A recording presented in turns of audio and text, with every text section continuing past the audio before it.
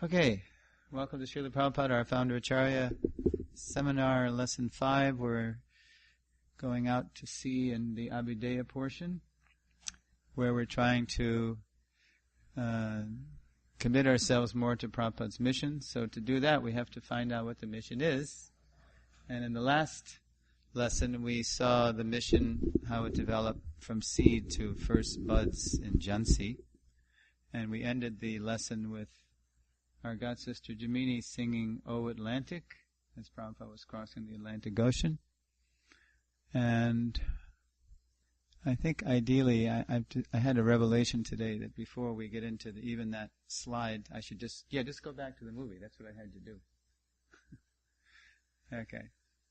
So, this is going to be a transition slide. Yeah, there's the movie. Okay, so can you... If you can go full screen and start it, but don't start it yet, because I want to explain things. Okay, yeah. I think if you right click, you'll be able to... Oh, no. You want to put the AC? Why don't you put the AC on? There's no perfect... Why do we do AC? Why don't we just have windows closed and air conditioning? Because we're all different. We have different bodies and nobody's happy here. You're not happy, he's not happy. No, he said... No, the noise, he said. The noise. So before we start, what should we do? AC, windows closed? Or... I think that's probably going to be the best. But not high AC. Medium AC. Who remembers, did anything stick out in that from seed to buds lesson? When we focused on the history of ISKCON, actually, while ISKCON was in the womb, so to speak, right? Because Prabhupada's mission was just getting seeded and watered and sprouted. Anything strike you from that lesson? Gopal.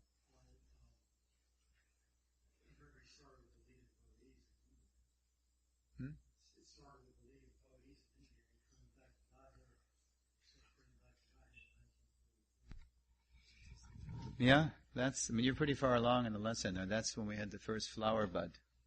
The seed was, what was the seed? First meeting, right? Before they'd even risen from obeisances. You're a nice educated young man. Why don't you preach Lord Chaitanya's message all over the world? And what was the sprouting of the seed? Initiation, right? That's when the seed sprouts. And what was the... okay, we'll go to the flower bud is... League of Devotees. League of Devotees, something manifests in 3 dimensions. Prabhupada had started back to Godhead. He had actually revealed a strategy to spread Krishna consciousness all over the world using Gandhi's name in the 40s. He had a 4-part strategy. We're going to go into those parts now. It was just in sound vibration. And now with the ISKCON branch, we're going to show how Prabhupada, as early as the 40s, he had the strategy all in his mind revealed to him. And then we had Bhagavatam blossoms. He had those books. His books are in their trunks just like gold. Forget the next line. Speaking the truth, true and bold, something like that. So now we're going to... what we're going to do here, after a lifetime in preparation, our Founder-Acharya's mission explodes onto the world scene as ISKCON, the International Society for Krishna Consciousness. So we're going to start this lesson by going on the other side of the ocean. And when Prabhupada landed in Boston Harbor, September 17, 1965, when he wrote Markine Bhagavad Dharma, Teaching Krishna Consciousness in America. He wrote that poem, and then what happened many years later, many years later, there was you've heard of Pandavasena? What's Pandavasena? It's the ISKCON UK Indian youth over at Bhaktivedanta Manor and all around the UK actually. And in 2008, one young Pandavasane, young Indian British devotee, composed a vast puja offering for Srila Prabhupada using multimedia, and this is it. And this person never met Srila Prabhupada in Bapu. He'd only met him in Vani, but boy had he met him in Vani. So what you're going to see now is this devotee. He took Prabhupada's poem that he wrote in Bengali, and then Prabhupada translated into English. And then he found a recording of my godbrother, Jai Sachinandan Prabhu, singing Prabhupada's poem in Bengali with a drum. And I think there's harmonium too, drum and harmonium in the background. He took that tape, he took Prabhupada's poem, and then he embedded still slides, still shots, highlights of Prabhupada's preaching Leela from getting off the boat till dictating the Bhagavatam on his disappearance bed. It's very powerful. And when you see this, you see, boy, it's really not all, it's really about Vani. Here's someone who never met Prabhupada in Bapu, never saw him in Bapu. But this offering is just quite amazing. And what I'm going to ask you to do, Prabhupada, at a signal, when I start going, after about 11 minutes, it's going to come back to the last slide after Prabhupada's on his disappearance bed, and then they have one more slide, and then it starts scrolling the date and his name, and I'm going to ask you to pause it when I go like this. That means pause, and then I'm going to ask everybody a question. Okay, so sit back and relax, or sit up straight and relax. And we have to test the sound. It starts when you click on play. It's going to start with harmonium and drum riffs. Oh no, just harmonium. So we have to see if the sound is good. I think it was right around a little over the middle last time. The sound was good. So, okay. Well, so let's test the sound. Yes. This was made in 2008. 2008. Actually, what happened was I was in Hawaii, and it was around Janmashtami Vyas Puja time, and Urmila Mataji, our great ISKCON educator, she was moving to Hawaii because all her kids live in Hawaii. And so she just visited us on the island of Oahu, Honolulu. And she had this file, and she donated that as her Vyas Puja offering. She said, I'm going to offer this to you here in Hawaii, what I just witnessed. She saw it, she was there when they did it, and she was amazed. Thank you. Oh, that's it's for you. Okay, so just unpause it, and then we'll do a sound test, and then I guess pause it and see if everybody's happy with it. So, are we all ready to pause it or do a sound thing? A little louder, maybe. A little louder. That's pretty good. Okay. That's good. Now, let's hear it. Is that all right? Is that too... You want it up a little bit? Up. Okay, a little up. Up, up, up, up.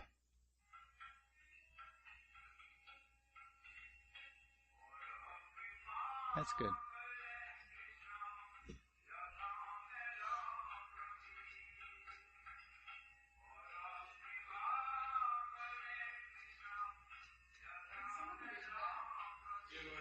Pause it. Oh, okay.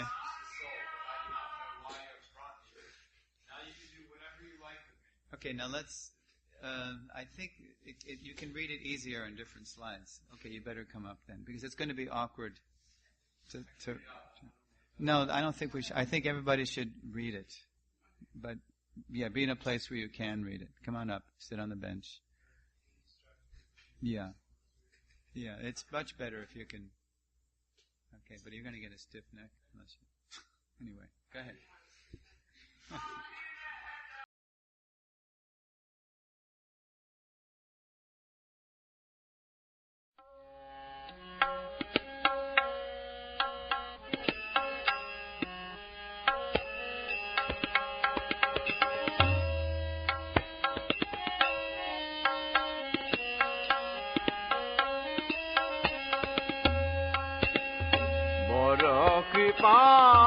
কইলে কৃষ্ণ যধমের প্রতি বড় কৃপা কইলে কৃষ্ণ যধমের প্রতি কি লাগিয়া নিলে হেতাম করবে গতি কি লাগিয়া নিলে হেতা করবে গতি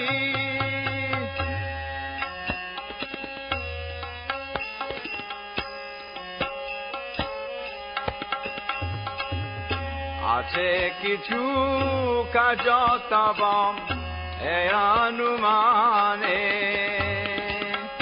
আছে কিছু কাজ তব এ অনুমানে নহে কেন আনিবে এই উগ্রস্থানে নহে কেন আনিবে এই উগ্রস্থানে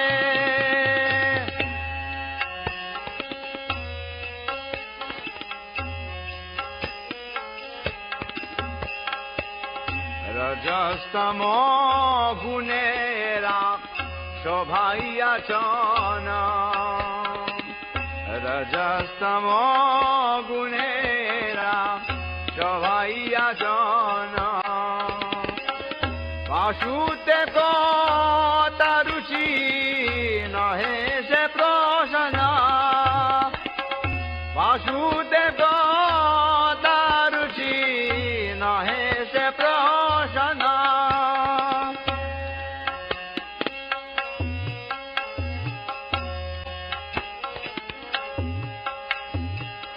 তবে যদি তব কৃপা হয়া হয় দুঃখী তবে যদি তব কৃপা হয়া শ্রীকি সকল সম্ভব হয় তুমি কে দুঃখী সকল সম্ভব হয় তুমি সে কতুকি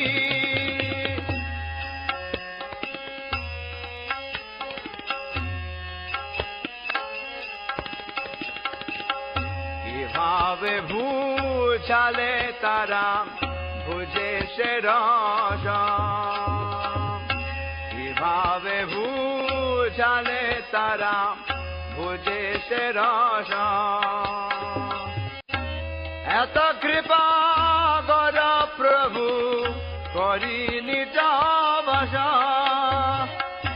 এত কৃপা কর প্রভু করি নিজ বশ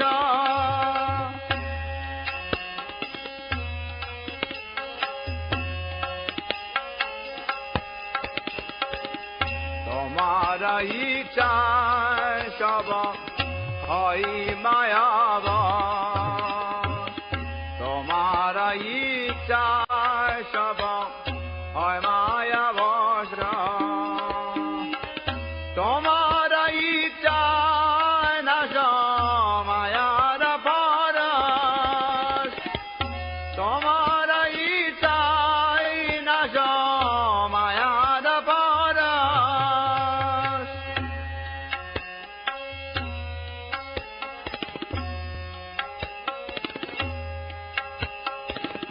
তব ইচ্ছা হয় যদি তাদের দয়ুধা তবে ইচ্ছা হয় যদি তাদের দয়ুধা বুঝিবে নিশ্চয় তব কথা সে তোমার বুঝিবে নিশ্চয় তবে কথা সে তোমার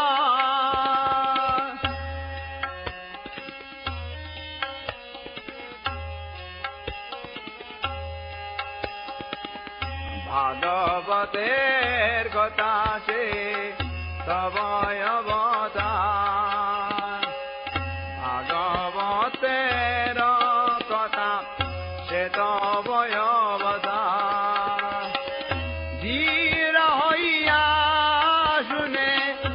পদে কানে বা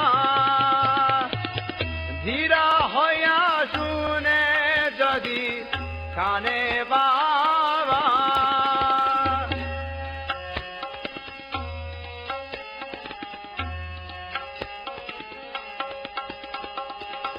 রজস্তম হতে তবে পাইবে নিষ্ঠা রজস্তম হতে তবে পাইবে নিষ্ঠা হৃদয়ের বজ্র গুছিবে তাহা হৃদয়ের বজ্র গুছিবে তাহা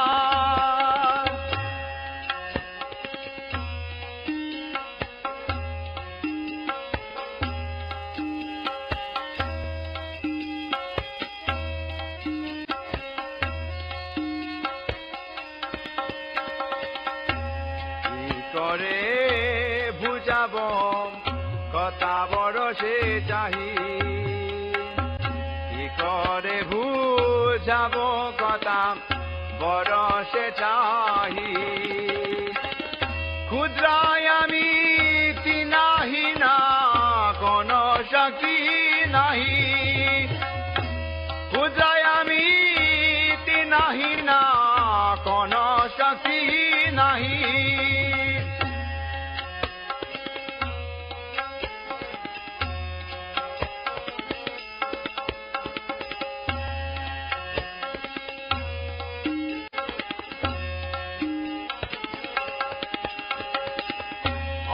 অতচয়ন চ প্রভু কথা বলিবারে অতচয়ন চ প্রভু কথা বলিবারে যে তোমারি ইচ্ছা প্রভু করবে ভারে যে তোমারি ইচ্ছা প্রভু করবে ভারে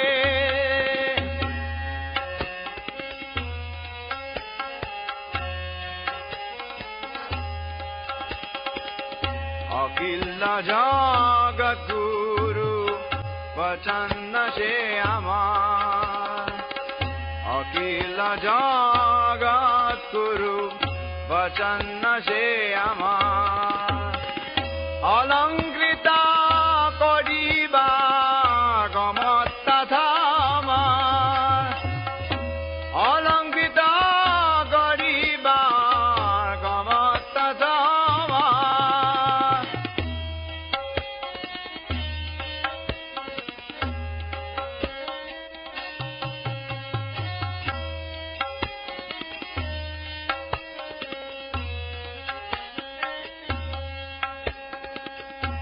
তব কৃপা হলে মন কথা শুদ্ধ হবে তব কৃপা হলে মন কথা শুদ্ধ হবে শুনিয়া সবার শোকা ধুকা যে ঘুচিবে শুনিয়া সবার শোকা ধুকা যে ঘুচিবে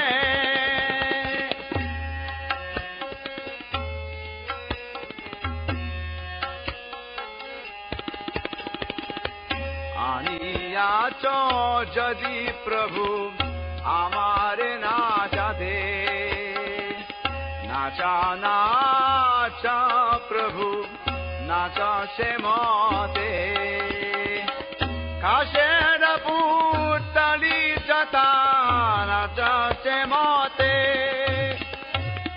কাশের পুতলি যতা নাচা সে মতে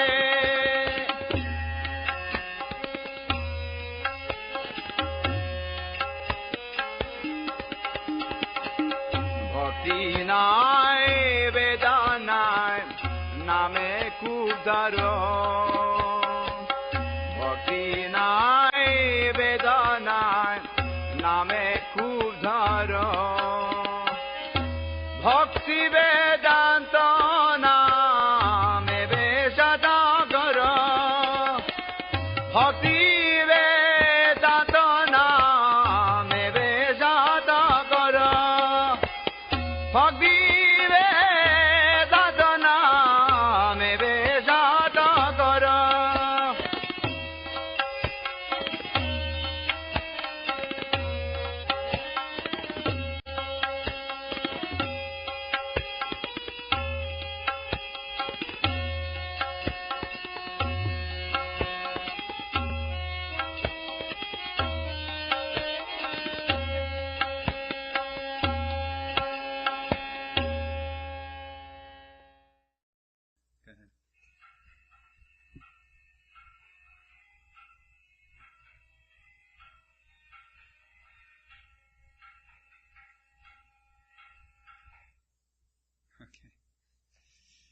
Jai Srila Prabhupada. So look at Srila Prabhupada's face there, and maybe someone like to share what they see in Prabhupada's face. You can raise your hand. Concern. And there's another mic? Yeah. Okay. So, make sure they're on. The look of concern and compassion. Concern and compassion. Anyone else? Let's give her a mic. This is for the Hawaii Sangha too. Urgency. Urgency. Yeah. Yes. Okay, Vaishnav Prabhu. I see it. Prabhupada is feeling the relationship with Krishna inside. He's deeply connected with Krishna. Wow. Very grave. Very grave. Yes. The graver the better. Jai. Anyone else? So that was put together by someone who never met Prabhupada physically. But boy, has he met Prabhupada on the spiritual platform. And we all have that equal opportunity. Okay. That picture, I don't know. Have to go to the archives. Even when I had some people at the Alachua presentation. Ranjit Prabhu is an archives picture specialist, and he didn't know all the pictures. Here, you gotta. Oh, it's right there. Depending on when this picture was taken, it could also have the look that he's... Is it on? Yes, it's on. Okay. That he's kind of looking at what Krishna has allowed to happen through his efforts. He's just kind of like a little amazed, not a little, but a lot amazed at what has been accomplished. I'm simply amazed to hear what Krishna has written through me, to see what Krishna has done through me, So much. Tulsi Rani. I have a question. The picture of Srila Prabhupada standing in front of the Jaladuta, was that taken right when he got off the boat? No. Well, that was obviously put together later. Okay. Yeah, we have pictures of the Jaladuta. Okay, I was wondering about that. Okay. Yeah. Answers my question. Yeah. That would have been quite a shot, huh? Okay, so that's a very dramatic example of how we all have an equal opportunity to access our foundation relationship with Prabhupada. So we can go to the lesson now.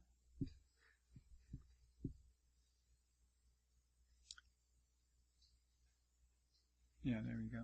There's the branch. So, matchless gifts. I know this is a rather nebulous image, but for me it's rich with symbolism. It's rich with meaning.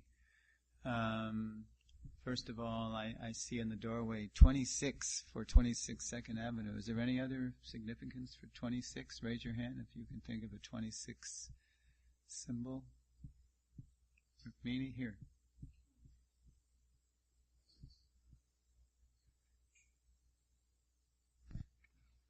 2 and 6 is 8. 20 what? 2 and 6 is 8. 26 is 8? 2 2 and and 6 is 8. is 8. But the number 26, is there any significance in Vaishnava literature? Brandon's going to tell us.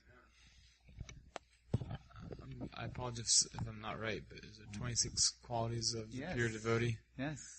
Rupa Goswami is identified 26 qualities of a Vaishnava. Qualities of... So there's 26 right there, and just by chance, Chris's arrangement, the last proprietor of that facility was running a curiosity shop, and it was called Matchless Gifts. So there's the sign; it's still there. So when I see Matchless Gifts, I immediately think of the story of Sanatana Goswami and the touchstone. There was a person looking for somebody who could help him. And so Lord Shiva said to his worshipper, yes, you can go find Sanatan. He can give you something to help you. And so Sanatan said, "Oh, you need wealth? Well, here, just go around the back. I have this thing." And he found it in the rubbish heap. And so sure enough, it started turning everything he touched into gold. But then he thought, wait a minute, he was keeping it in the garbage. So he must have something better than that.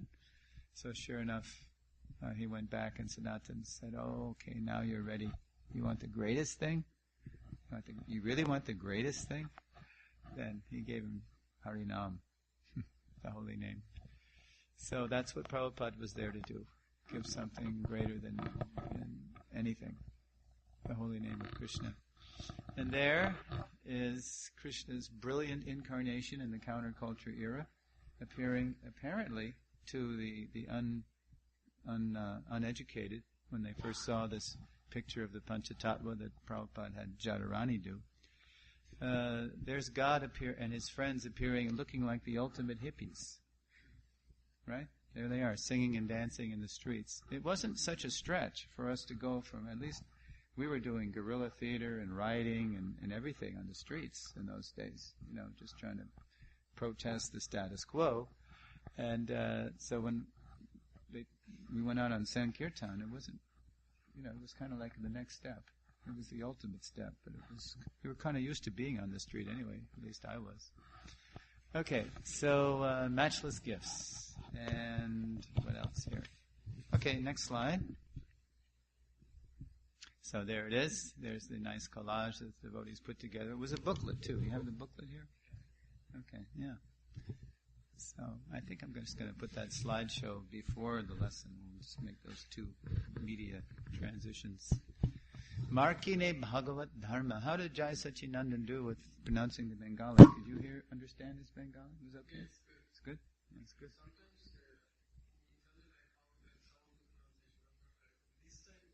Yeah, he's good. Okay. So, all right. So, what we're going to see, before you go to the next slide, let me prepare you. You're going to see, by 1966 July, Prabhupada was ready to actually incorporate his fledgling revolutionary movement. I mean, he had this vision of taking over the world with Krishna consciousness, per the orders of the previous acharyas and his spiritual master.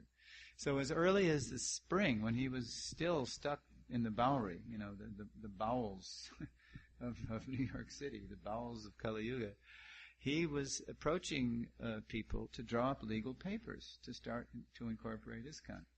So then, when he got his storefront on 26 2nd Avenue, one of the devotees had an acquaintance who was a sympathetic lawyer named Stephen Goldsmith, who was very fond of helping nonprofits, and especially spiritual nonprofits, get started. So he started attending Prabhupada's lectures on 26 2nd Avenue, and he helped Prabhupada draw up the necessary papers. So lo and behold, on July 13th, 1966, we have the purposes of Prabhupada's mission spelled out in black and white. And when we see them, you'll see actually that they're really just a continuation of what he already articulated in Jhansi 13 years earlier.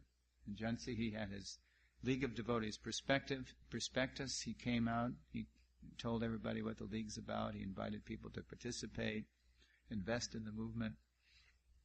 And it was him. This is a distillation now. He'd further churned it and boiled it down. So what comes out in July 66 is the League of Devotees, or is ISKCON's purposes. Yes. You got it. July 13th, 1966. Goldsmith, Stephen Goldsmith. Right. Okay. Next slide. Oh, you got to use this mic. Okay. We are on the air. How many devotees at the time were there? On July 13th, not a whole lot. Like, there was Raymond Murray. Nobody was initiated yet. The first initiation was Janmashtami the next month, August. So we're talking, Brahmananda, Gargamuni, Bruce Scharf, Greg Scharf, Raymond Murray, Stephen Guarino, Wally Sheff, or what's his name? I forget. Wally Sheff or something. Keith Ham. There's just a handful. But they're serious. So how many, I don't know if you can say, serious devotees were there at the Maybe time? 10. Okay. Yeah. Okay. Yes. Here.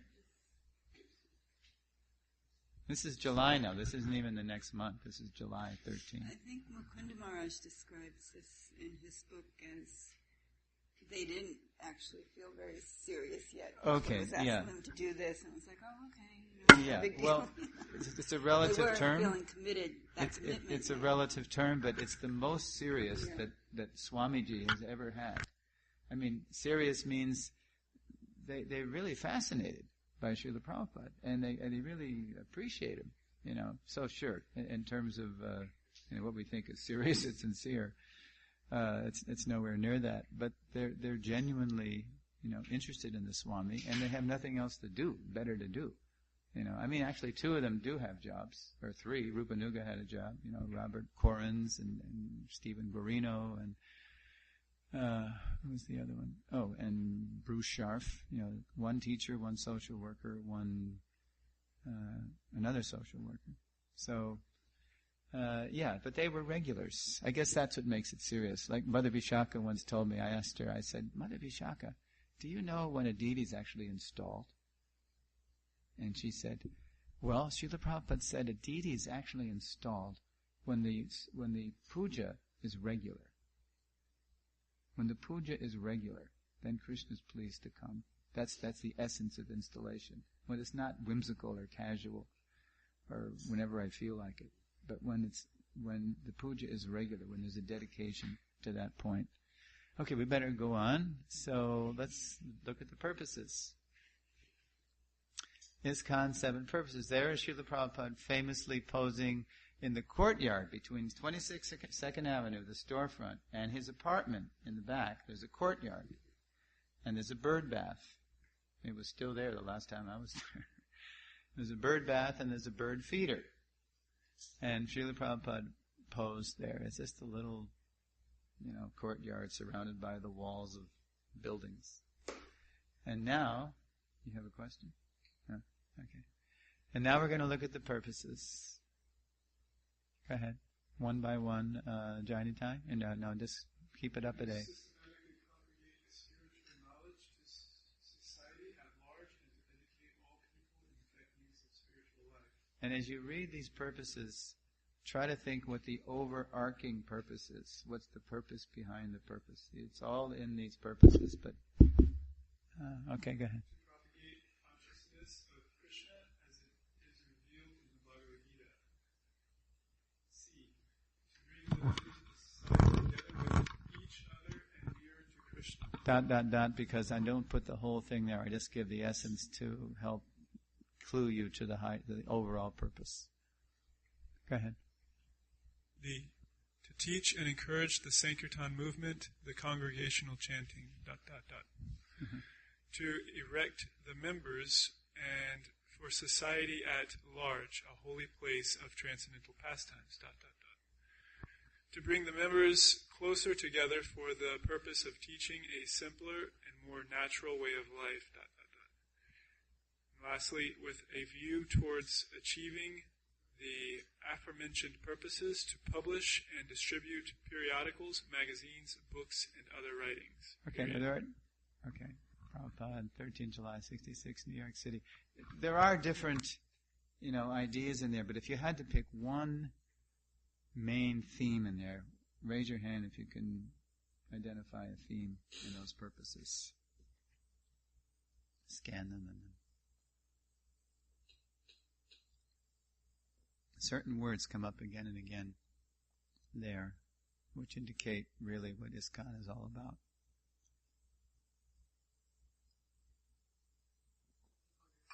Raise your hand. Oh, okay. Kalyan. I see the word propagate several times. Propagate? Okay, that's good. But it's not, I think there's one thing that's even more prominent. I get the idea that it is about spreading the consciousness in every town and village. That's like propagate. Yeah, that's true. So maybe I shouldn't say that. Maybe it's just me. But it's all of that. That's true. That's definitely the mood of Lord Chaitanya, to spread, to increase. I see it referencing society a lot, everything with society. Yeah, again, outreach. For the greater good of society. Yeah. Okay. Krishna How? consciousness. What is he doing? Vaishnav. To propagate, organize, and propagate more. Let's propagate. Okay, what I see in there overall is educate, teach, educate, enlighten, raise people's consciousness. You see that directly or indirectly, implicitly or explicitly in all of them. It's basically, this is an educational mission, educational movement, starting with ourselves. Okay, but that's at least as much true what you all said, the idea of reaching out, propagating, expanding. It's not just for ourselves. Like Lord Chaitanya said, the more you distribute, the more the supply increases. And I have so many fruits of love of God here on this tree of love of God, so please help me distribute. And the more you give them away, the more you receive. Okay, so those are the 7 purposes. Now, before we go to the next slide, you might recall from the last lesson that way back in the 40s, and then articulated also in the 50s, Srila Prabhupada had a strategy. I mentioned this. He had a strategy, especially after Gandhi was assassinated. Prabhupada started articulating his strategy. So this was actually excavated is the word, I guess, or articulated by Bhakti Raghava Swami, our Varnashram minister, who, using Prabhupada's own words, he went to Prabhupada's early writings, and he identified what Prabhupada used the word waves, and sometimes they use the word movements, and what he means is phases. Phases of introducing Krishna consciousness all over the world. And he specifically said this to the Deputy Prime Minister of India in 1949, Dr. Patel. In a letter he wrote him, he introduced the whole strategy for using Gandhi. Said, now we're going to show the world really what Gandhi wanted to teach. Actually, he was just using Gandhi, because Gandhi was half politician, half saint. He was sort of on the fence. And it eventually got to him. It got the better of him. He was shot. So, Prabhupada took the opportunity of Gandhi's passing to try to really expand Krishna consciousness. Again, nobody in India was interested. Even if they were polite to Prabhupada, they didn't really want any part of it. They wanted to go whole hog into industrial economic development under Nehru, basically. So in 49, in this letter, and in 56, when Prabhupada was writing BTG and distributing it in Delhi all alone after he left his family,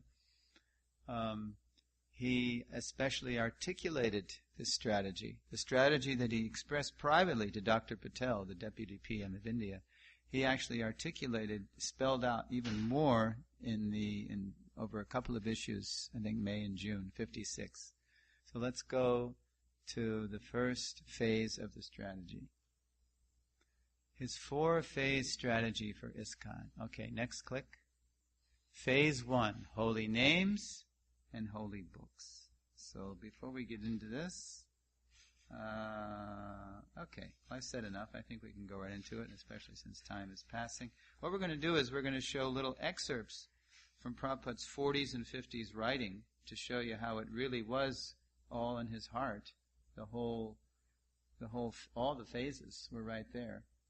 And then we're going to show how Prabhupada applied those phases in ISKCON's history while he was with us, just for 12 brief years. Actually, just 11 since ISKCON started in 66. Okay, so phase 1, holy names and holy books. And here is the excerpt. Can you read that, Mini? Can you read? Leaders and politicians may take lessons from the life of Mahatma Gandhi, who was undoubtedly a great and busy politician in respect of his daily evening prayer meeting and regular recitation of Bhagavad Gita. Such regular habit of reciting the readings of Bhagavad Gita makes one able to get rid of the demoniac way of life and gradually rising up to the plane of pure devotional life of the gods. Of the gods. You see how Prabhupada is the way he's preaching in BTG. So, Gandhi at these prayer meetings, he would have kirtan, some kind of kirtan, and he would have Bhagavad Gita discourse, even though it wasn't as it is. He was still referring to scripture, and he was chanting holy names of God, even if it was sort of mixed up with the Hindu gods thing. So Prabhupada is, that's phase one, holy names and holy books. How did this manifest in ISKCON's history? Here, click that. Click the next one. Well, first of all, Srila Prabhupada, when he was at the storefront on 26 2nd Avenue, you would see in the window Bhagavad Gita classes, Monday, Wednesday, Friday evening, 7 p.m.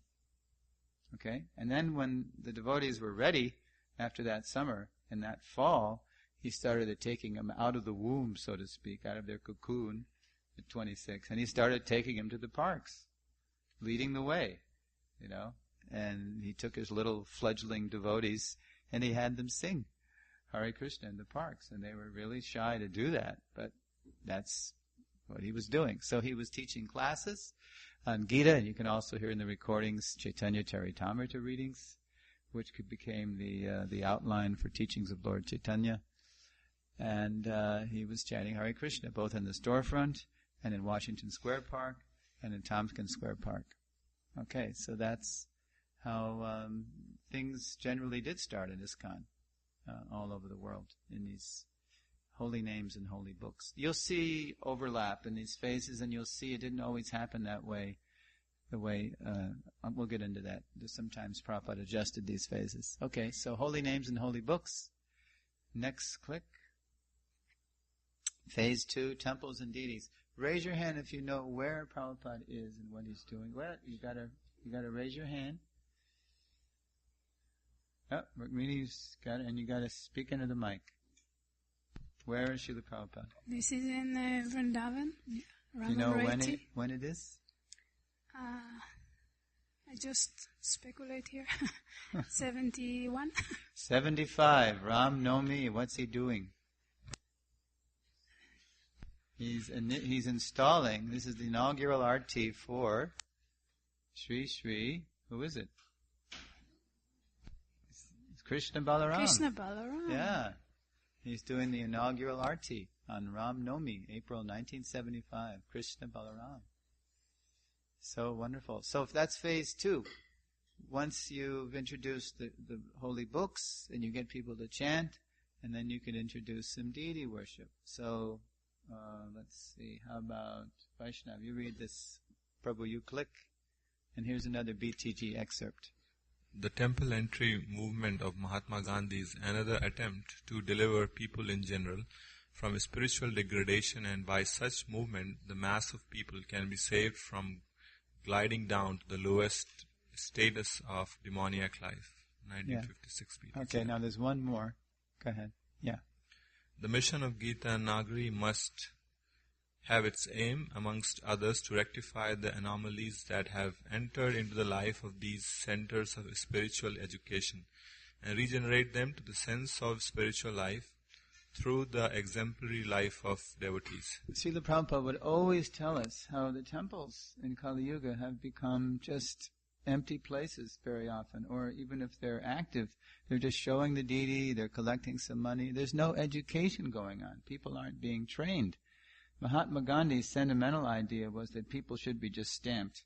Harijan, children of God. Everybody's a child of God. Everybody should be able to go into the temple. That's true, but how do we become fit to associate with the Supreme Personality of Godhead? Is through a process. There's an abhideya. There's a process to actually become fit to associate with the Lord. So that's training. It requires training under the direction of pure devotees. So Prabhupada took Gandhi's sentimental idea, because the caste Brahmins were keeping, the bungis, the chamars, the sweepers, the cleaners out. So Gandhi said, no, let them all in. They're all children of God. Okay, but let's really qualify them so they can come closer to the Lord and not just stamp them and have some sentimental show there. So Prabhupada's idea with introducing temples and deities is to make them very vital educational centers, spiritual training centers. And how did that manifest in ISKCON's history? So click on the next. Okay, his ISKCON application. So there was no money in the beginning. So both in New York City and in San Francisco, in the Haight-Ashbury, and in London, the first temples were what? Wherever the rent was cheap. Storefronts in not so nice sections of town. When I joined in 1970, the temple was a former funeral parlor in the Alston section of Boston. And it was like 3 flights of stairs, and the place was filled with ghosts, former funeral parlor. And it was about 50 devotees. It was actually the biggest temple in the movement at the time. It was before LA had really taken off. All the press, the art department were there. So it was a real rundown place. But because it was so full of life because of Prabhupada's mission, everybody was just focused on it. So we were all out in the streets distributing books, ecstatic kirtans. But physically it was, it was not so appealing. Boston, 1970. Okay. All right, so renting storefronts. And then as the movement grew and developed and it got support and the devotees learned how to distribute books and started businesses, we started buying churches, a la L.A., 1970. That's also the same summer I joined. They got this big Methodist church, which is still the temple. And in Toronto, they're celebrating the 40th anniversary of Kshora Gopinath at New Raymuna, Toronto, and that was a former Catholic church. Very nice facility on Avenue Road and Yonge Street. So the devotees started buying up churches. And then in Europe, look, they started getting castles. Like in France, they got a castle. In Germany, they got a castle, the Schloss and the Chateau. And then devotees started, building their own temples. Like that. Like in Utah, Charu and Vaibhavi, they built this amazing Vedic temple in the heart of Mormon country. So, okay, and then what were the first deities? Well, before I came to Krishna House, I was living in Prabhupada's quarters in Honolulu. His darshan room, very nice darshan room, full of artifacts from 60s and 70s of Prabhupada being there. And Prabhupada, his hand is up. You can either put a bead bag in his hand for japa, or you can put the dictaphone in his hand that he used to dictate Chaitanya Chaitamrita and Srimad Bhagavatam. And then right off that room, there's a little room he used to use as a dressing room. And that's where I lived when I was in Honolulu. But right above Prabhupada's murti, either chanting japa or dictating the scripture, there's this big painting. Again, the Panchatattva. Just as Prabhupada told Jadharani to paint Panchatattva in New York City, well, he told the pioneer of Hawaii, Govinda Dasi, and her husband Gaurasundar. Govinda Dasi was also an artist. And she painted this beautiful painting, the Panchatattva. It's rather simple, by today's standards, but it's full of devotion. The colors are very vibrant. And that was the first deity. That was the first deity in Honolulu. Now we have Panchatattva. So, deity paintings, that became the first deities. And then Prabhupada began to import the deities. When he went back to India, he took the devotees with him. Especially he would go to Jaipur. And out of Jaipur came Radha Govinda, and I think Radha Damodar, other deities around, Radha Gokulananda at the manor. So, and then devotees started making deities. Like in Los Angeles at the Fate Studios and in New Vrindavan, they had a deity studio. So, that's phase 2, temples and deities. Okay, click. Phase 3. Now here's where it differs a little bit. Prabhupada called it initiation and congregation. So right in the beginning at 26 2nd Avenue, Prabhupada started initiating people right away. He articulated this in the late 40s and 50s. And then when he got to New York, not until he was 70 years old, then he was really in emergency mode. He always said right from the beginning, I'm an old man, I don't know how much longer I have. Please take to Krishna consciousness and please spread it, before we even knew what he was talking about practically. So initiation, congregation. Here's how he articulated this. Go ahead, click. To this letter to Dr. Patel. So, Tulsi Rani, is it too far away? Okay. This is a good example of how Prabhupada's preaching to this very highly placed government servant. The third item is to take up the Harijan movement. This movement is in the real sense a spiritual initiation movement, and this should be organized in such a manner that people all over the world may take interest in it. The Mayajan is a word which is applicable to a person who is ordinarily engaged in service of materialistic pursuits, whereas the Harijan is the person whose main business is to attain perfection of human life, as Mahatma Gandhi did by spiritualistic realization. 1949 letter excerpt to Indian Deputy PM Dr. Patel. Right. So, Harijan means child of God, and Mayajan means child of Maya. So Prabhupada is saying, let's really turn these people into children of God by purifying them, by engaging them in the process of bhakti. So now the way, for example, congregations developed in India and America were totally different. When Prabhupada brought his first disciples back to India, after India was not interested, and then his strategy was to bring the Americans, back to India. So, because they're used to, everybody wants to copy America. Okay, well, copy these Americans. They're chanting Hare Krishna. They're becoming Vaishnavas. And it worked. But right in the beginning, what happened was that strategy that Prabhupada used in America of sending people out on the streets and chanting Hare Krishna, it kind of backfired. Not backfired, but it wasn't taken so well.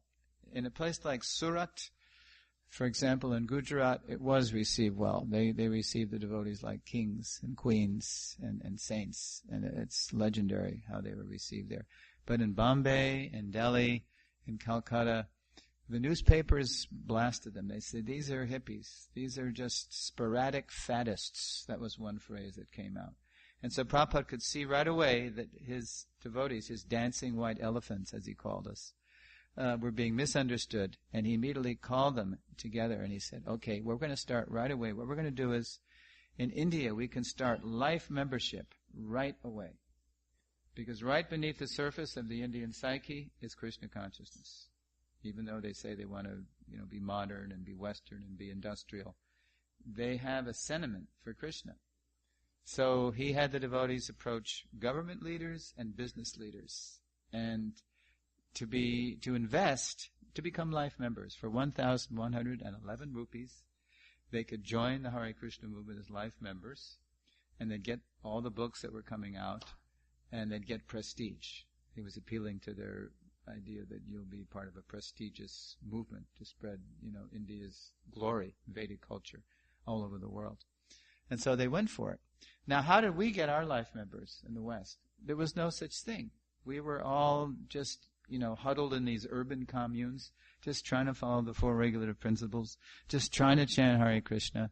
And if anybody would ever leave the association of devotees, that person was considered a goner. He'd blooped. He's a traitor. He's going to die.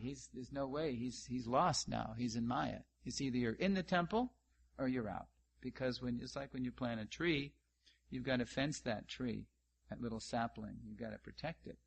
So that's pretty much how it was. We were all so green. We were all so new. We were all so novice, beginners in Krishna consciousness that it was practically true. Either you're in or you're out. So what happened was, especially after Prabhupada left our vision, we started to get older. People, one by one, started to leave the temple and do radical things like get married. And maybe even get a job. But then a funny thing happened. Those very people that left the temple, who were obviously, people who were still in the temple felt betrayed. Why? The Prabhu is in Maya now. The funny thing was that they'd come back to the temple on the Sunday feast, for the Sunday feast. But no one knew what to do with them, so to speak. Because they already knew the score. They knew Bhagavad Gita. They knew Prabhupada's pure devotee of Krishna. They knew Krishna is the Supreme Personality of Godhead. So you can't preach to them. So what do? So they were ignored or even shunned. And this went on for quite a while. And it played out in different congregations in different ways. But it gradually started to dawn on the devotees as these people weren't going away. that, hey, you know what?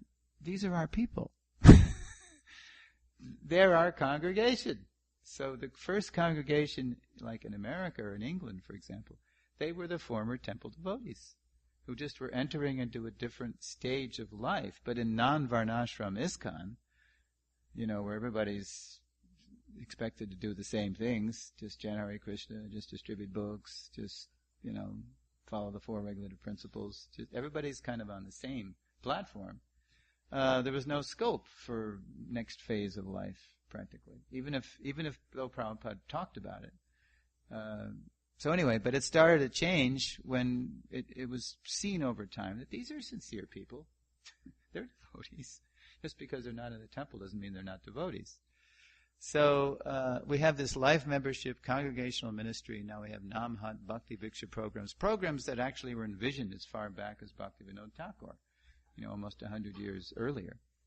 And they started to come into play in different ways, in different times, places. It was manifested like that. Now the final phase of Prabhupada's strategy, since we're coming up to 7:30, is the phase that we have hardly even addressed, and it's a good reason for that. Actually, there's many good reasons for that. Okay. So, let's go to... Oh, let me just mention one thing. Initiation and congregation. Here's a good example of how initiations were different, especially like in the 60s. Like when Prabhupada first went to San Francisco, he was there from January 16th or 17th until April 10th or something. Quite a while. He was there for a few months, launching ISKCON, West Coast. So before Prabhupada left, then all of a sudden there was a rush to come and be initiated, because they thought maybe we'll never see him again. He's old. Maybe he'll never come back to this sweet place in the Haight-Ashbury where everybody's being introduced to this wonderful Krishna. And so, especially, there's this one fellow who he was crying his eyes out. He thought he'd missed the last initiation, so he just sort of stormed in and he said, "I want to be initiated, Swamiji." And so Prabhupada just said, "All right, who is God?" "Krishna." "Who are you?" "Servant of God." "Good. You can come tomorrow for initiation." So that was typical of the day. It was almost like getting drafted. You were just, all you had to be is have some sincere desire. And Prabhupada was just drafting people, just like he drafted people to be sannyas. Okay, you're sannyas. You go open up this place. You go open up Germany. You go open up India. He even knew they wouldn't be able to maintain it. But this is an emergency. Please do this, and Lord Chaitanya will bless you. So, let's see. So that changed as the 70s came in, and then as time goes on, more and more, you hear Prabhupada talking about boiling the milk, which means don't let people, especially second initiation, don't give second initiation so easily. You really have to test people's sincerity. Don't make a farce. See that they're really qualified, that they're willing to follow the regulative principles for the long term, chant 16 rounds, and like that. Okay, so let's go to that last phase. Phase 4. So when Prabhupada was talking in BTG in the 50s and to Dr. Patel in the 40s, see, Gandhi's big thing was that he wanted to recognize that everybody's equal, which is true on the spiritual platform. We're all equal in the eyes of God. But materially, we're all in different places. So to get purified of those lower modes of nature, people, again, have to be engaged in a purification process that comes from Krishna, ultimately, Sri Chaitanya Mahaprabhu. He told Sanatana Goswami, you have to write this book, Hari Bhakti Vilas, the Vaishnava guide, the behavior guide. You have to show them, they have to take initiation, they engage in the process, follow these regulative principles. So when Prabhupada is talking about the ultimate phase of the movement, he's calling it a classless society movement. Why don't you click on the quote here? Okay, go back then. Go back there. I'm just going to read this. Let's see here. Okay, here's a letter to Dr. Patel again about what Gandhi meant by classless and how Prabhupada takes it and spins it in a Vaishnava way. The fourth item, now he's actually saying, number 4, this is the fourth phase, the fourth item, fourth wave, the fourth movement. The fourth item is to organize the much discussed caste system as a solution of natural division, not artificial caste by birth, which is what everybody thinks when you say caste, right? India, it just screwed them up, all these caste by birth exploiters. That's not what Krishna means. The fourth item is to organize the much discussed caste system as a solution of natural division of the human beings all over the world. Nationalistic division of human races is artificial. To divide people, by nations is artificial. But scientific division of the caste system, as envisaged in the Bhagavad Gita, is natural. Why is it natural? Why is it scientific? Because it's based on people's actual qualities, their gunas, and their karma, their work. By qualities and work, not by birth. That's never by birth. That's the asuric or the materialistic varnashram that we're going to look at next lesson. Okay, Prabhupada says, the vitiated means corrupted caste system of present-day India is never sanctioned by the scriptures, but the caste system is made by God according to quality and work of the subject, and it was never designed for the benefit of accidental birthright. Thus, whatever is made by God cannot be destroyed by man. The basic principle of such caste system is to serve the plan of Godhead, and by so doing, the 4 orders of caste system make a headway to the cooperative method. When such spiritual progress is definitely made, the materialistic progress is automatically affected as a matter of course. That makes a real classless society. So this is really, you can understand what Prabhupada's saying here in the next lesson when we look at this great unfulfilled phase of Prabhupada's mission. But what Prabhupada's talking about is that everybody has to play different roles, like the arms like the Kshatriyas, the bellies like the Vaishyas, the heads like the Brahmins, the legs are like the Shudras. We have to be organized the way Krishna likes us to be organized, and we have to please Krishna by our work. Please Him. Atak pumbir dvijashreshta varnashrama vibhagashaha svanushthitasya dharmasya sangsiddhir haritoshanam.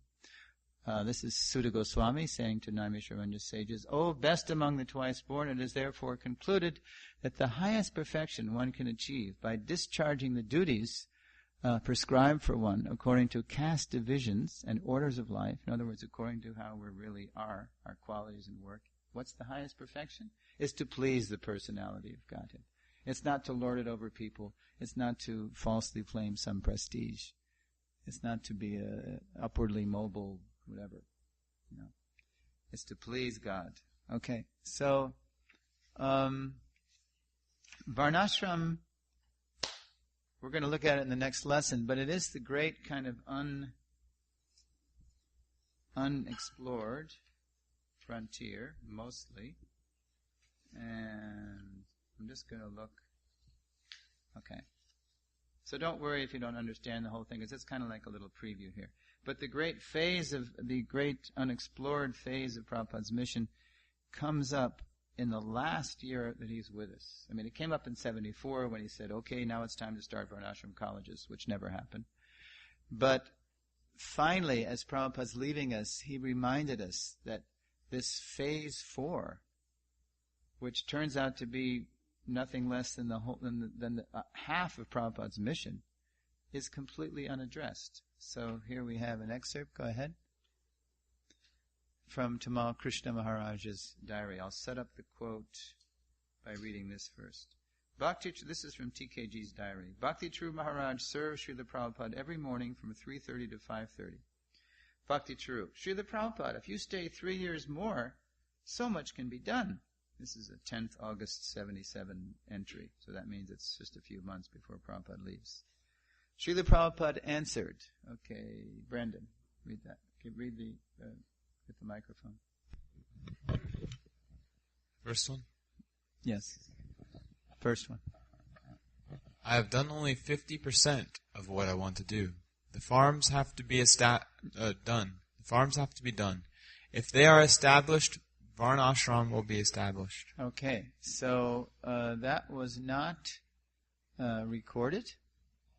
The play button, the record button was not on, but TKG was there, and he recorded it in his diary. There are several instances where famous quotes, Prabhupada said, the record button was not on, but we have very reliable ear witness testimony from senior devotees that Prabhupada said it, and this is one case.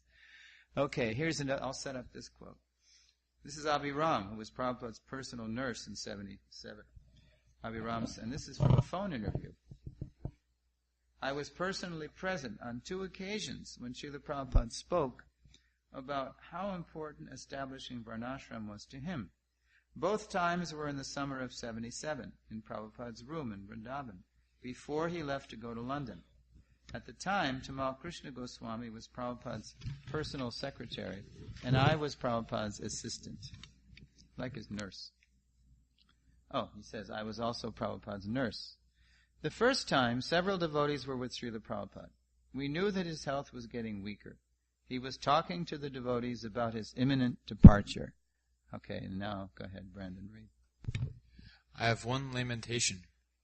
A devotee asked, because you have not finished translating Srimad Bhagavatam? Prabhupada replied, no, I have not yet established Varnashram. So, yeah, this is extraordinary, because wherever Prabhupada was in the world, he was translating. We just saw him on his disappearance bed. He practically had no body left, and he's still speaking these incredible purports. By then, Pradyumna was translating the verse, doing the word for word, and then Jayadvaita, Maharaj or Brahmachari at the time, would hold that microphone right up to try to catch Prabhupada's practically a whisper. And what he was whispering was just amazing purports, because we got the material in L.A. after Prabhupada went back to Godhead. And they're not the words of a dying man. They're words of somebody who's in clear consciousness, describing very sophisticated time relations between earth and Brahmaloka, because it's the Brahma Vimohana Lila. That's the last chapter, 10:13, the Brahma Vimohana Lila, the bewildering of Brahma, who thought he had stole the cows, calves, and cowherd boys. And Prabhupada is really spinning some sophisticated scientific purports, but he's doing it with practically no body left, totally beyond the bodily platform. So he said, that's what he said, even though that translating was his life and soul. In effect, he was saying, I've not shown you how to live. I've given you so much knowledge. I've told you so many things, but I haven't shown you. So when he was on his way to Gita Nagari, that's where he went. That was his favorite farm at the time. He told us in a letter, at the Pennsylvania farm, you have solved the number one problem. And you might think it's death or something. Food.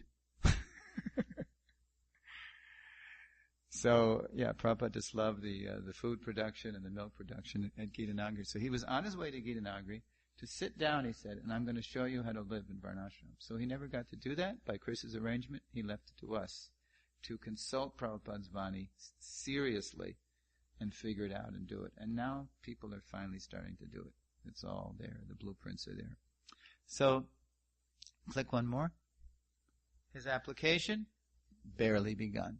Barely begun. And now Bhakti Raghava Swami, we're going to end the lesson with hearing our Varnashram village minister give some reasons of why we've been so slow to address this fourth wave, fourth phase, which is fully half of the movement, and why there's still so much confusion and controversy about it, which we're going to get into in the next lesson.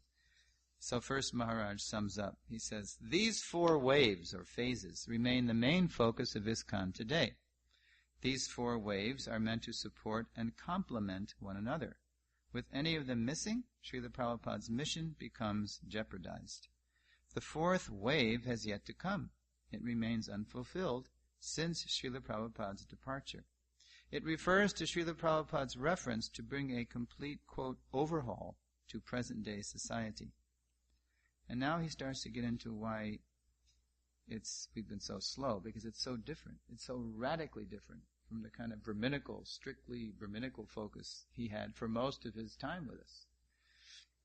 The Varnashram movement or mission differs from the 3 previous movements in that it directly involves the Kshatriya and Vaishya element of society, whereas the first three were mainly centered on Brahminical concerns and activities, which may explain why we have been having difficulty implementing it, because for most of his stay, Prabhupada was trying to pour everybody into that Brahminical mold, because he was trying to put a head back on society, first by putting a head on ISKCON. The head, to this day, is still getting clear. It's no small thing to put a head back on society, and it's no small thing to have a clear head in ISKCON. Okay.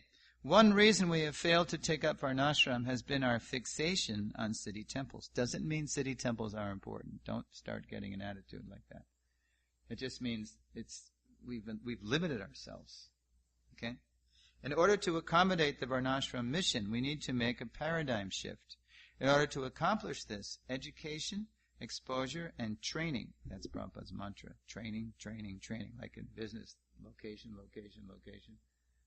It's training, training, training. Training is a must.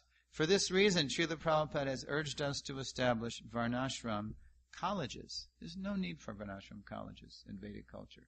They just pass it down from family to family, to generation to generation. Therefore, because they followed samskar back in the day, the Vedic times, automatically they were purebred Brahmins, Kshatriyas, Vaishyas, Shudras. The Janma actually supported the Guna and the Karma. We're going to get into this in the next lesson. Okay. For this reason, Srila Prabhupada has urged us to establish Varnashram colleges, something we will elaborate upon in this presentation, which is good because that's what I'll do next lesson. And then he finishes with this, and this is really important. A classless society can only exist when all individuals identify themselves as servants of Krishna. That's how it's classless. Spiritually classless. Spiritually equal. As servants of Krishna. While, at the same time, accepting roles within Varnashram as like a drama or a play. All the world's a stage, and all the men and women on it are its players. Shakespeare got it right, but he didn't take it to the perfectional point, because he didn't know we were not the body. Remember? This above all to thine own self be true. Oh, we didn't get there yet. Okay, we're going to go into Shakespeare and Socrates a little later, and then at the seminar, I forget where which lesson I'm teaching to whom, Okay, so let me just recap, and then we'll take questions. It's not quite 8 yet. Summary. So we looked at Prabhupada's mood and mission as expressed in his arrival, song, and poem. You really got a sense of Prabhupada's mood, right, from that poem? He's feeling helpless. There he is in Boston. You know when he wrote that poem? That Jaladuta that pulled in a docked at 5:30 a.m., September 17th, 1965. Prabhupada he just took a look at the Boston skyline and wrote that poem. Whoa, there he was, face to face with Kali's kingdom. And he felt totally helpless. But then he had full faith in Krishna. So you hear, you can do it, make me dance, work through me, make me dance, You can do it, I know you can do it. As soon as they hear the Bhagavatam, their hearts will be melted. Okay. So we looked at Prabhupada's mood and mission as expressed in the arrival song and poem. We looked at ISKCON's 7 purposes as expressed in his incorporation document, which was education, and I think I'm going to add this. Thank you very much for that. Education and outreach, we could say propagation. Education and propagation. Not just private education, but education and spreading it all over. Okay. And we looked at our Founder-Acharya's 4-phase strategy for ISKCON, as expressed in his pre-USA writings and as applied in ISKCON during his time with us. So, for the transition to the next lesson, with a better understanding of the conception and unfolding of our Founder-Acharya's ISKCON mission, we are now ready to take a closer look at its unfulfilled second half. The practical manifestation of the Bhagavatam's revolutionary message, the proliferation of thriving, worldwide, Daiva Varnashram spiritual communities dedicated to serving the Supreme Personality of Godhead, the Krishna-conscious alternative to self-destructive modern civilization. People will take us seriously when we can show them a better way to live. And places like Krishna House are right in the epicenter of the strategy.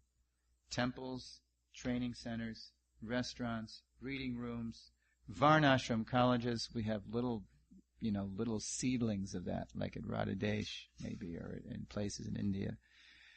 Varnashram colleges, finally, the community based on this. Okay, so that's the lesson and that's the transition we're going to look at. The next lesson is called Varnashram, Clearing the Confusion. You'll see why it's been confusing. Jani Thai Prabhu. It would be attractive to just lure everybody in and throw them in a van and send them out and do books. We got to do a little bit more than that. Books are the what? What did Prabhupada say? Did he say they were everything? No. They're the basis. And the basis is always the basis. You never remove the basis, just like you never remove the foundation. Like you never remove the Founder-Acarya. As soon as you block people's relationship with the Founder-Acarya, you got problems. And we've seen whole yatras slide off into the abyss because of that. So books will always be the basis. Education.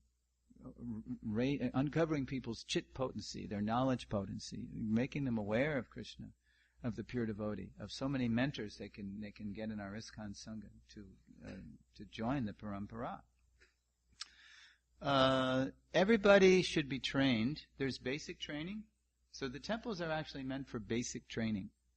Just like in terms of educational systems, Gurukula is meant, Prabhupada said, 5 to 10 years. And as soon as people get past 10, then Prabhupada said their real tendencies, really start coming out. And then they should go to the Varnashram college after the age of 10. Not that, until the age of 18 everybody's educated in the same way. So, training centers, Varnashram colleges. Once do they still use the word in ISKCON, bloop? They still use that? Okay. It came from 1966. Prabhupada said it means the sound that a soul makes when he falls in the material ocean. Bloop. So, it was ironic because after Prabhupada left, as he predicted, there was chaos in ISKCON for many years. We're still in recovery from it. We're still getting, back on our feet. And it's not so, when people join in those, especially the 1980s, where it was really the darkest darkness. When people joined in those times, and if they leave us, our association, it's not so much that they blooped, but they just outgrew it because we were stunted, because we had so disconnected ourselves from our Founder-Acarya and what he wanted us to develop, keep developing, that people got bored. Older devotees got bored. What to speak of new people? And that's half the reason people because when Prabhupada was with us, it was always fresh, it was always dynamic, it was always something new. And then Prabhupada, toward the end, dropped the greatest challenge on our laps. It's not just distribute the books. Now you got to show people a better way to live. You got to build a whole new world. We have to have our own educational system, social system, economic system. How many devotees have to suffer because they have to work with non-devotees? Not by their choice. So, books are the basis. And in basic training, everyone should get, just like it's reflected even, with the Mormon people or the Jehovah's Witnesses. They oblige their people to go out and witness. Or, like the Mormon, it used to be 2 years the Mormon kids were out there. Now it's only 1. The elders go around with their ties and their white shirts. Yeah. They visit us in Gita Nagari too. But everybody should have that basic training where you get exposed to all aspects, whether it's cooking or mridanga or, Shastra, all the different aspects of. And then when the tendency is really manifest in a person, then whoever is that person's shiksha gurus, or maybe he's taken initiation, they should know where, how to engage that person. And there should be Varnashram colleges for further training of all the Varnas and all the ashrams and how they interrelate, how they're interdependent. So there's not, attitudes about other Varnas and other ashrams. We need each other. They're all necessary. So it's the basis. Books are the basis. Tulsi Rani with a mic. Yeah, but we need you for the listening audience. Come on. Third phase, initiation, congregation. And as I explained, it didn't happen in that sequence. Right away, Prabhupada was initiating, because he wanted to get people committed. That's a rite of passage, and there wasn't time to delay that. But and life membership was right away in India, because it's a different country, according to time, country, candidate. So the sequence is adjusted according to those things: time, country, candidate, time, place, and circumstance. So I actually had another question related with that. Okay. When you were talking about the congregation, how it first started, and that people were just kind of ignoring and shunning the people that had taken to the Grihastha ashram, did Prabhupada see that happening and step in? Because you mentioned that they figured it out, that they shouldn't be doing that. But did Prabhupada just not see that was happening because he was somewhere else in the world, or? Prabhupada wasn't even here. This happened after Prabhupada left. Oh, okay. Yeah. It was really the 80s. I mean, when Prabhupada was with us, Prabhupada placed us on these Paramahamsa pedestals. You're all pure devotees. For most of it, you don't need Varnashram. Right up to 74. You don't need Varnashram. Just chant Hare Krishna, just distribute books, just have festivals. It's like one big party, and it's like we're in the spiritual world. So then Prabhupada just had anyone because there were grihastas around when Prabhupada was there. Yeah, Prabhupada was he just had them living in the temple then. Yeah, pretty well. Or like in LA, there were apartments nearby, or there were apartments owned by the temple. But it was an uneasy kind of relationship, even in those days, because, the temples are not really places for kids. Even though in LA it was a little different because it was a neighborhood, and they did have their own apartments. So it was a little better. But it's just natural when you're a householder to hold a house. So, this was all pretty much after Prabhupada left us. We were all kind of, even if there were brahmacharis and grihastas, we were still kind of following the same lifestyle, following Prabhupada's lead of the emergency mood, of the preaching mood. And it's not that we're not supposed to be in a vital mood now. As Sridhananda Maharaj, if you saw that video that I made available, he's saying in the early days we were enthusiastic, but we were immature. Therefore we turned a lot of people off, we offended people, but we were enthusiastic. And then we became mature dull, he said. Or mature, dull, and there was another word he used. Did you see that video? It was really funny. Mature,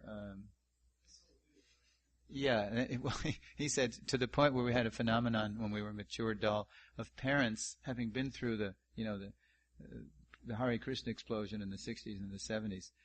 In the 80s and 90s, they became so afraid, devotee parents, that their children would do something radical like join the Hare Krishna movement, So what we have to be is mature, enthusiastic. Enthusiasm and patience, there it is again. So it's not that we lose our spirit, our preaching spirit and our missionary spirit, but we learn how to, channel it and introduce Krishna consciousness in ways that are attractive to people according to time, place, and circumstance. That's why it's so good here, because the Kalakanta Prabhu's guidance. You have a kirtan night, and do you have a cooking class night? In the fall, okay. Then you have cooking class, kirtan, yoga night. You got what else? The Indian culture night, when people who are already, they know something, Guru or Krishna, and they come to really find out what it is. You have all these doors to Krishna consciousness. It's great. So that's appropriate. That's an example of more mature preaching, reaching people where they are, according to time, place, and person. Okay, it's 3 minutes to 8. So next we're going to take a closer look at this 800-pound gorilla called Varnashram. The V word. And you'll see why to this day people have different attitudes about it. It's very interesting. Jai. Thank you for listening. Srila Prabhupada. Ki Jai.